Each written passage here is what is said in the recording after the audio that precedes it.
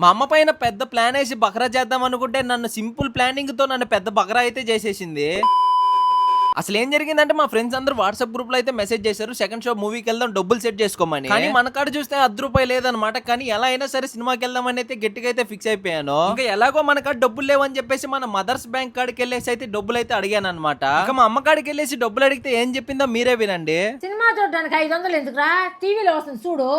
ఆ సినిమా కాదు, మా సినిమా హాల్ థియేటర్లోకి వెళ్ళేసి ఫ్రెండ్స్ తో పాప్కార్న్ తింటూ ఒక సినిమా చేసి వస్తాను. ఒక 500 ఇమ్మా.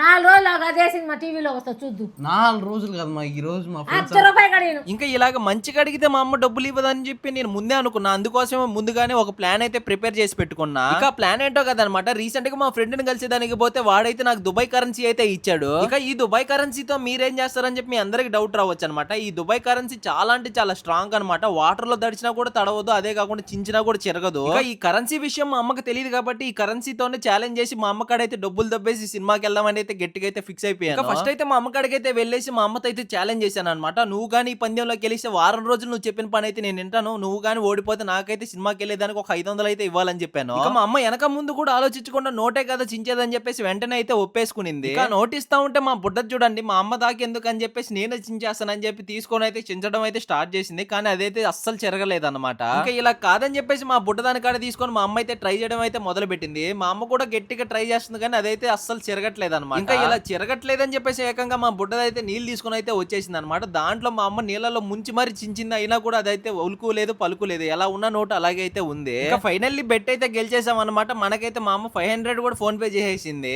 ఎలాగో 500 గెలిచేసాం అని చెప్పేసి హ్యాపీగా ఫీల్ అయ్యే టైంలో అయితే మా అమ్మ అయితే పెద్ద ట్విస్ట్ ఇచ్చింది నాకు. ఆ ట్విస్ట్ ఏంటో కాదనమాట, ఆ 500 మీ డాడీ బండి పెట్రోల్ పట్టించుకునే దానికి నువ్వు అడిగావంటే కదా, 500 నువ్వు పెట్రోల్ పట్టించుకుంటావో సినిమాకి వెళ్తావో నీ ఇష్టం అని చెప్పింది. ఇంకా ఇలాంటివి చూసినప్పుడే పెద్దోళ్ళు చెప్పిన సామెతలు అయితే గుర్తొస్తాయి అనమాట. చెడపకరా చెడేవు అని చెప్పి ఊరకే అనలేదన్నమాట పెద్దలు. నేనేదో మా అమ్మని బకరా చేసి ఒక 500 తీసుకొని సినిమాకి వెళ్దాం అనుకుంటే లాస్ట్ కి నన్నే పెద్ద బకరా చేసింది మా అమ్మ. అవును, ఇంతకీ మీరు ఈ రీసెంట్ టైంలో ఏ మూవీకి వెళ్ళారో కింద కామెంట్ బాక్స్ లో అయితే కామెంట్ చేసేయండి. వెళ్తూ మన యూట్యూబ్ ఛానల్ అయితే సబ్స్క్రైబ్ చేసుకొని ఇన్స్టాల్ అయితే ఫాలో అయిపోండి. నెక్స్ట్ వీడియోలో కలుసుకుందాం, అంతవరకు ఉంటాం మరి. బాయ్.